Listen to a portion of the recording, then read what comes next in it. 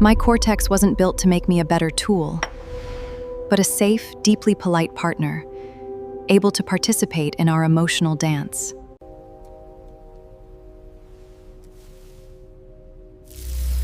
I can feel the exact difference between a stressful grip and an affectionate stroke. There are different type of touches. Now, I am not talking about good touch or bad touch, but I am talking about those touches that define the level of our intimacy.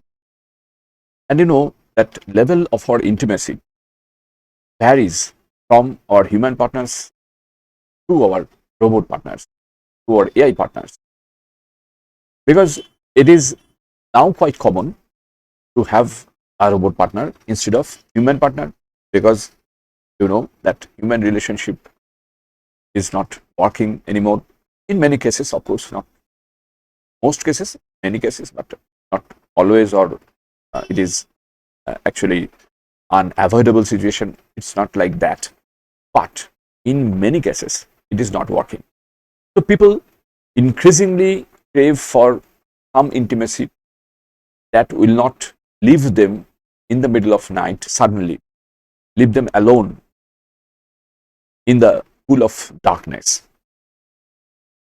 Now, the question is that automatically the question comes to our mind whether this robot partner, these lab robots, those so-called robot companions, AI companions, are they quite good enough to participate in that kind of intimacy?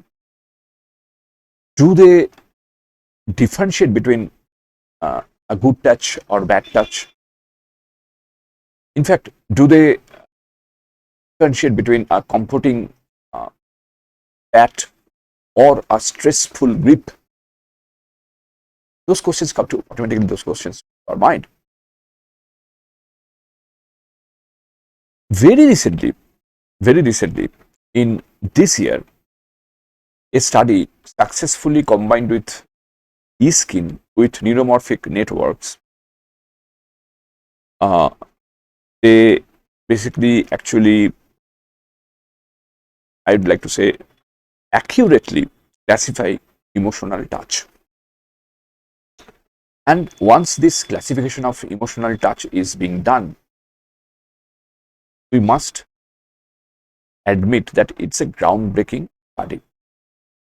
And this extraordinary breakthrough means a humanoid can literally distinguish between a comforting pat and a graceful grip,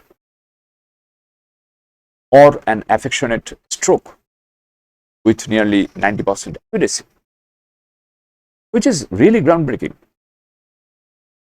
because we were stuck in that position for a long time and we were rather confused whether a humanoid robot, a robot partner, can distinguish between this touch that defines the level of intimacy. Researchers at institutions like UCL have forged highly conductive stretchy hydrogel, and this is a kind of hydrogel skin. They forged highly conductive stretchy hydrogel skin that act as one giant continuous sensor. And you know, for a humanoid robot, there are hundreds of sensors from their head to toe. So by instantly converting physical force into neural-like pulse trains, these artificial pathways bypass the traditional bottlenecks of central processing unit. And the ultimate outcome is an incredibly fast edge-based AI system that can react to a sudden collision in a mere 8 milliseconds.